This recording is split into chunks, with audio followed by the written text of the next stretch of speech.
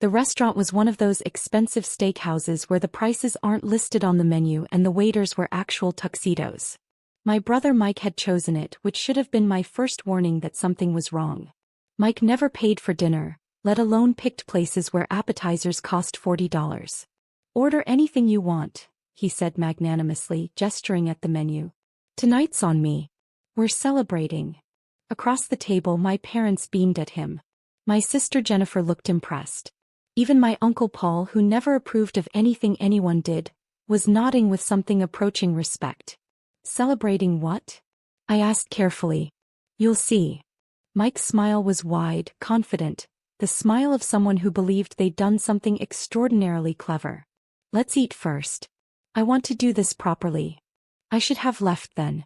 Should have recognized the setup, the performance, the carefully orchestrated family dinner that had nothing to do with celebration and everything to do with Mike's ego. But I was tired from a long week, and the thought of going home to my empty apartment and reheated takeout was depressing enough that I stayed. We ordered prime rib for Mike, filet mignon for Dad, salmon for Mom.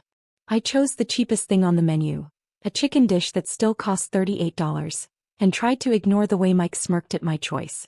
"Always so cautious," Jennifer said, sipping her expensive wine. "Never taking risks, never splurging. That's your problem, Emma.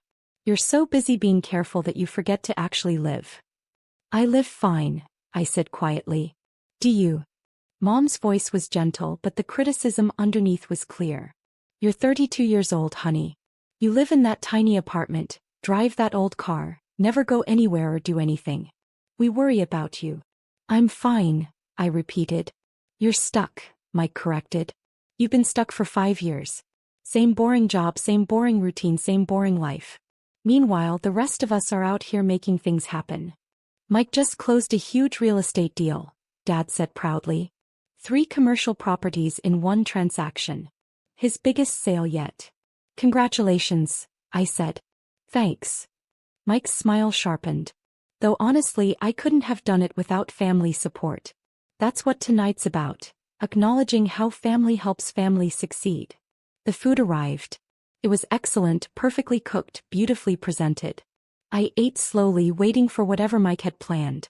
The anticipation felt like waiting for a shoe to drop, like watching storm clouds gather on the horizon. Dessert came. Crème brûlée for everyone except me. I declined, knowing Mike would make some comment about my weight or my frugality. He did anyway. "Emma's always worried about money," he said, cracking the caramelized sugar on his dessert with unnecessary force. "Never wants to spend a dime. Never wants to enjoy life. Just hoards everything in that savings account like some kind of Depression-era grandmother."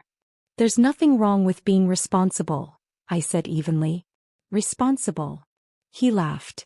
"Is that what you call having $2.3 million sitting in a savings account earning basically zero interest? Because I'd call that stupid." The table went silent. "How do you know how much I have in my savings account?" I asked, my voice very calm despite the ice flooding my veins. "Because I checked," Mike said, pulling a folded paper from his jacket pocket. "Had to verify the funds before I could make the transfer." "What transfer?" He unfolded the paper with a flourish, holding it up like a trophy. It was a bank transfer receipt. My bank. My account number. A transfer of $2,287,543.18 to an account in Mike's name. "Finally put your money to good use," he announced, waving the receipt. "You can thank me later." The family applauded. Actual applause, like Mike had just performed a magic trick instead of committing a federal crime. "What did you do?" I asked, still in that unnaturally calm voice I'd learned to use in crisis situations. "I invested your money properly," Mike said proudly. "That commercial real estate deal I mentioned?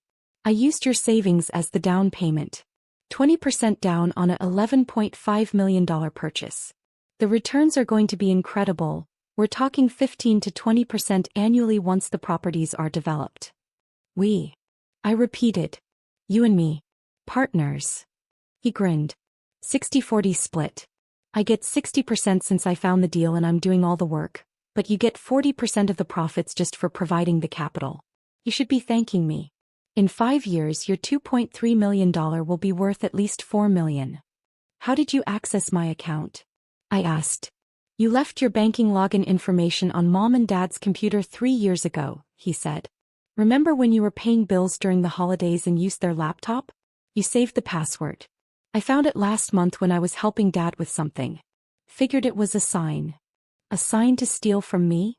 Not stealing, he corrected, his smile faltering slightly. Investing. For both of us. You're so risk-averse, so scared of everything. I knew you'd never agree to do something smart with that money. So I made an executive decision. As family. To help you.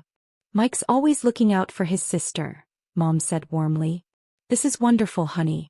Finally your money is doing something productive instead of just sitting there. Emma never would have invested it herself, Dad agreed. She's too afraid of losing it. Mike did her a favor. I carefully set down my fork and pulled out my phone. I had 3 missed notifications, all from the last 10 minutes. I opened them. The first was from a number I'd memorized 5 years ago. Transfer detected. Tracking initiated. Stand by. The second was from a different number. Suspect account identified. Funds frozen. The third was from a name I knew very well. Special Agent Rebecca Torres, FBI Cybercrime Unit. 8 minutes. Maintain position. I looked up from my phone to find my entire family staring at me. Everything okay? Jennifer asked. Fine, I said. Just checking something. Probably checking her account balance, Mike laughed. Freaking out that the money's gone. Emma, relax. I'll send you monthly statements. You can track the investment returns. How did you transfer that much money? I asked. Most banks have daily transfer limits. Security holds on large transactions. I spread it out over 3 days, Mike said proudly. Transferred $750,000 each day, then the remainder this morning. Took some planning, but I made it work. You accessed my account multiple times over 3 days. Had to. Like I said, security limits. He was still smiling, still completely oblivious. The bank called once to verify, but I just said I was you. Said I was making an investment. They bought it. You committed bank fraud, I said quietly. I committed smart investing, he corrected. There's a difference. No, I said. There really isn't. Uncle Paul cleared his throat. Emma, I know you're upset, but Mike really did you a favor here. That money was just sitting there. Now it's working for you. That's good financial management. Plus, you get to be part of Mike's success, Jennifer added. His business is taking off. He's going to be a millionaire. And you get to share in that because he was generous enough to include you. Generous, I repeated. Very generous, Mom confirmed. A 60-40 split when he's doing all the work? That's more than fair, Emma. You should be grateful. I checked my phone again. New message, 3 minutes. The thing is, I said conversationally, that account you accessed wasn't actually my personal savings account. Mike's smile dimmed slightly. What do you mean? I mean, it's not my money. Of course it's your money. It's in your name. It's in my name, I agreed. But it's not my money. It's evidence. The table went very quiet. Evidence of what? Dad asked slowly. I can't tell you that, I said. It's classified. But I can tell you that the account you just emptied, Mike, is a federal evidence account maintained by the FBI as part of an ongoing cybercrime investigation. I'm the custodian of record because I work for the FBI. That $2.3 million is tagged, tracked, and monitored by the cybercrime unit. Mike had gone pale. You work for the FBI? I'm a senior digital forensics analyst, I said. Have been for 5 years. The boring job and tiny apartment are part of my cover. The money in that account is evidence in a major cyber theft case. It was stolen from multiple victims by a criminal organization we've been tracking for 3 years. We recovered it and it's been sitting in that evidence account pending trial and restitution to the victims. You never told us you work for the FBI, Mom said weakly. Because my work is classified, I said. I investigate cyber crimes, money laundering, online fraud networks. Most of my cases involve organized crime syndicates. My real identity, my real life, all of it is protected information. I don't advertise what I do because it could compromise active investigations or put me at risk. So that money, Jennifer trailed off, is federal evidence, I confirmed. Tagged with tracking algorithms. Every movement of those funds is monitored in real time by our systems. The moment Mike initiated the first transfer 3 days ago, alarms went off. The cybercrime unit has been tracking every transaction since then, documenting everything, building a case. A case against who? Mike whispered. Against whoever stole federal evidence, I said. Which would be you. Mike's face had gone from pale to gray. I didn't know. You knew it wasn't your money, I said. You knew you didn't have permission to access my account. You knew you were transferring funds without my authorization. Those facts don't change just because you didn't know the money was federal evidence. But I thought I was helping.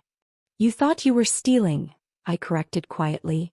You found my login information and instead of telling me about the security breach, you used it to access my account multiple times over 3 days, transferring over $2 million to yourself without my knowledge or consent. That's theft, Mike. That's bank fraud. And because the money happens to be federal evidence, it's also obstruction of justice. The restaurant had gone oddly quiet around us. I glanced around and realized why. 4 people in business attire had entered and were positioned near our table. I recognized Rebecca Torres immediately, her FBI credentials already visible on her belt. That's them, she asked me quietly. That's him, I said, gesturing to Mike. Michael Torres, my brother. He initiated the transfers. You called the FBI? Mom's voice was shrill. On your own brother? I didn't call them, I said. I didn't have to. The transfers triggered automatic alerts. The cybercrime unit has been monitoring this since the first transaction 3 days ago. Rebecca stepped forward, her badge now in her hand. Michael Torres? Mike couldn't speak. He just nodded. I'm Special Agent Rebecca Torres, FBI Cybercrime Unit. You're under arrest for theft of federal evidence, bank fraud, identity theft, and obstruction of justice. Stand up, please. Wait, Dad said desperately, standing up. Wait, this is a misunderstanding. He didn't know. Sir, sit down, one of the other agents said firmly. Everyone remained seated except Mr. Torres. Mike stood slowly, his legs shaking. Emma, please. Tell them it was a mistake. Tell them I didn't mean. You meant to steal $2.3 million, I said. You planned it for days. You executed it deliberately. The only mistake was thinking you could get away with it. Rebecca handcuffed him efficiently. You have the right to remain silent. Anything you say can and will be used against you in a court of law. The restaurant's other patrons were openly staring now. Our family sat frozen, watching as Mike was read his Miranda rights in the middle of an expensive steakhouse. What about the real estate deal? Mike asked desperately as Rebecca began leading him away. I put the money down. It's in escrow. The deal closes next week. The funds have been frozen, Rebecca said. The escrow account has been seized. The deal is void. And the $2.3 million will be returned to FBI custody within 24 hours. But I'll lose the deposit. You'll lose a lot more than that, Rebecca said. You stole federal evidence. You're looking at 10 to 20 years in federal prison. They let him out. The restaurant was completely silent now, everyone watching as my brother was escorted out in handcuffs. I turned back to my family. Mom was crying. Dad looked like he'd aged 10 years in 10 minutes. Jennifer and Uncle Paul just stared at me in horror. You let them arrest him, Mom whispered. Your own brother. He stole $2.3 million in federal evidence, I said. What did you think would happen? We thought you'd fix it. Dad shouted. You work for the FBI. You could have stopped this. No, I said calmly. I couldn't. And I wouldn't. Mike committed serious federal crimes. Multiple crimes. He accessed protected systems, stole tagged evidence, committed bank fraud, and attempted to hide the proceeds in a commercial real estate transaction. Those crimes don't disappear just because we share DNA. But he's your brother, Jennifer said. And he's a criminal, I replied.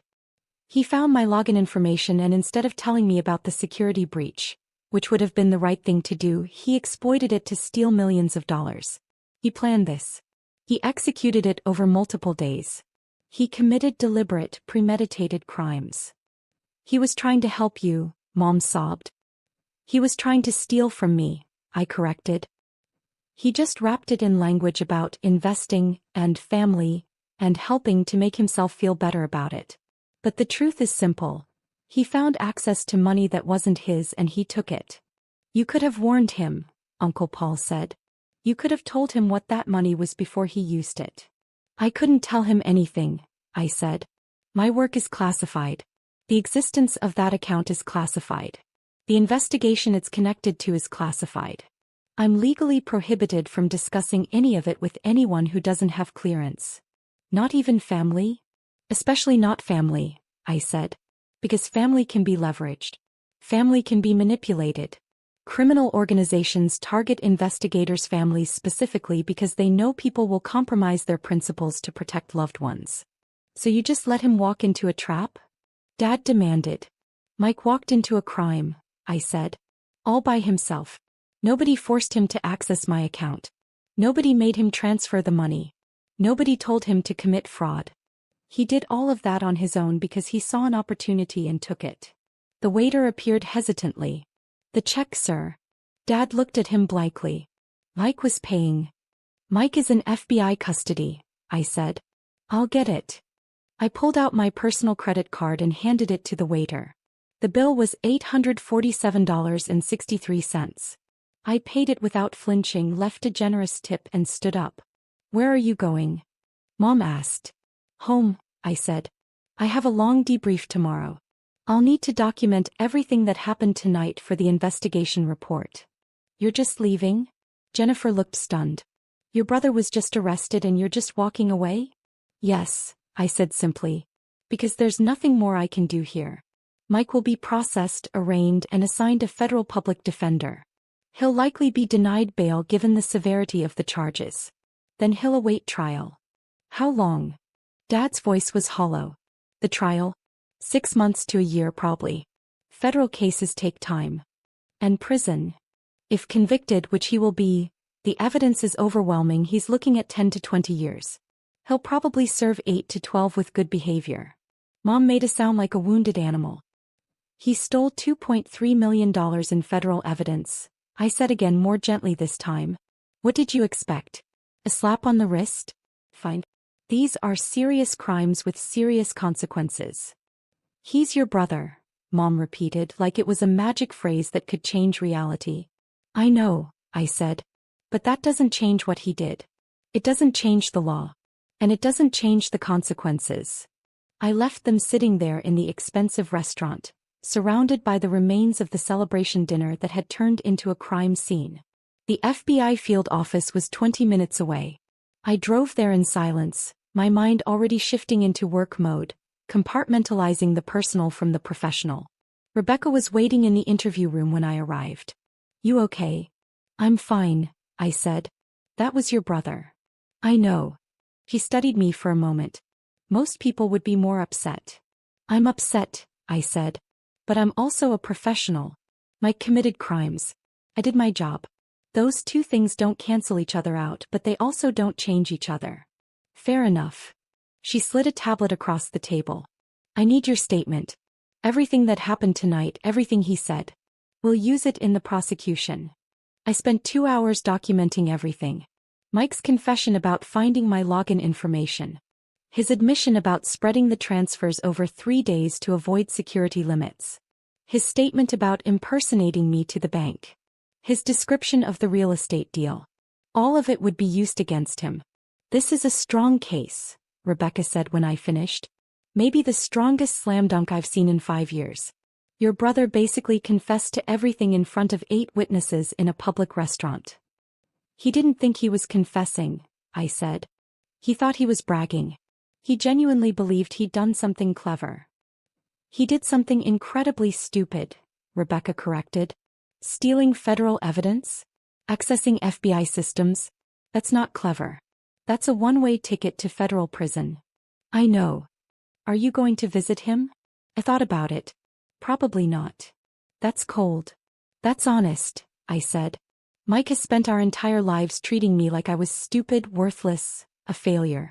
He mocked my career, my choices, my life. He thought I was pathetic. And then, when he found what he thought was my money, he stole it without a second thought because he believed he deserved it more than I did. So this is revenge? No, I said firmly. This is consequences. If Mike had accessed my account and found it was my personal savings and stolen it, I would have reported him just the same. The fact that it was federal evidence just adds charges. But the fundamental crime, the theft, the fraud, the betrayal, that's what this is about. Rebecca nodded slowly. For what it's worth, you did everything right. You maintained your cover, you didn't interfere with the investigation, you let the system work. That's good protocol. Thanks. Your family won't see it that way. I know, I said. But my family's approval isn't worth compromising my integrity. Over the following weeks, the case proceeded exactly as expected. Mike was arraigned, denied bail, and held in federal custody. His lawyer tried to argue ignorance. He didn't know the money was federal evidence. But it didn't matter. The theft charges alone were enough. My family tried calling me 247 times in the first week. I blocked their numbers after the 15th voicemail, calling me a traitor, a monster, and various creative profanities.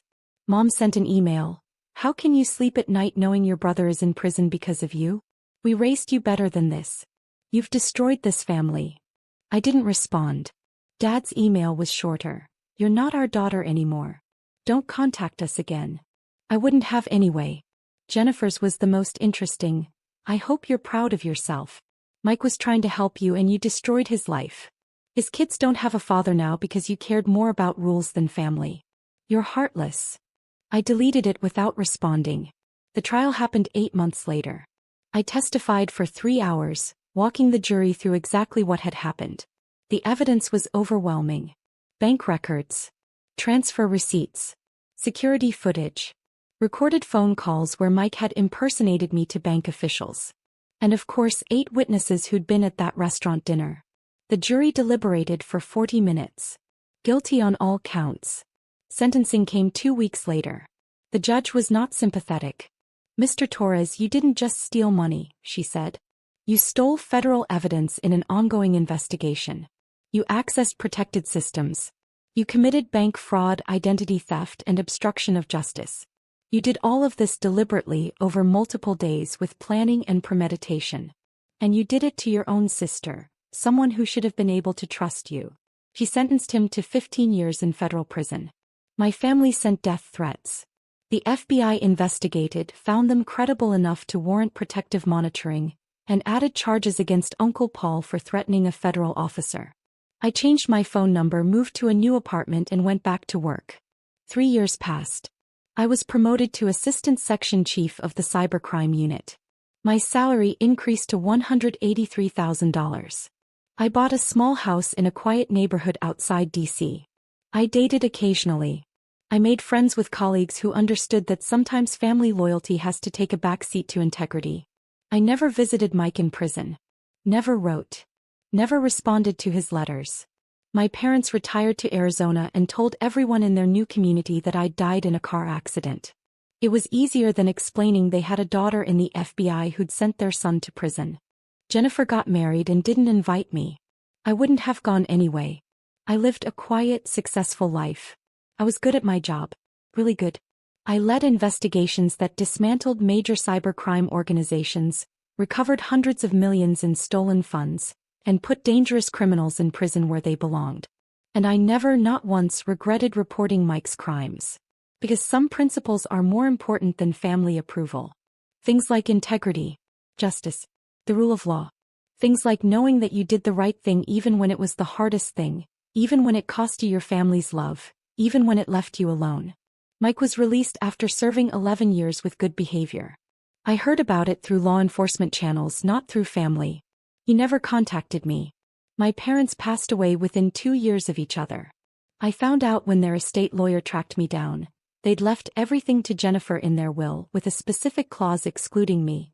Our daughter Emma is not to receive any portion of this estate as she has proven herself to be without loyalty, compassion, or family values. I had the lawyer send me a copy of the clause. I framed it and hung it in my home office. Because family values, I'd learned, shouldn't include accepting crime. Shouldn't include protecting criminals. Shouldn't include compromising your principles because someone shares your DNA. Real family values mean integrity, honesty, accountability. Real family values mean doing the right thing even when it's hard. Even when it costs you everything. even when you end up alone. I was 45 years old when Mike finally reached out. A letter forwarded through official channels because he didn't have my address. It was short. Emma. I don't expect you to read this or respond. I just wanted you to know that I finally understand. Prison gave me a lot of time to think. A lot of time to realize what I did. Not just the theft, though that was bad enough, but everything before it. The way I treated you. The way I dismissed you. The way I saw you as less than, as someone whose success was something to resent instead of celebrate. You were right. About all of it. I stole from you because I thought I deserved your money more than you did. I thought I was smarter, more ambitious, more worthy. I thought you were weak. But you were never weak. You were principled. You had integrity. You knew who you were and you never compromised that, not even for family. I have no right to ask for forgiveness. I destroyed my own life through my own choices. The fact that those choices hurt you doesn't make them your fault. It makes them mine. I just wanted you to know. You were right to report me. You were right to testify. You were right to let the system work. And I'm sorry. For everything. Mike. I read the letter once, then filed it away. Maybe someday I'd respond. Maybe someday we'd rebuild some kind of relationship. Or maybe not. Either way, I was fine. I had my career. My house. My principles. My integrity. I had the knowledge that I'd done the right thing even when it cost me everything. And honestly, that was worth more than any family's approval could ever be.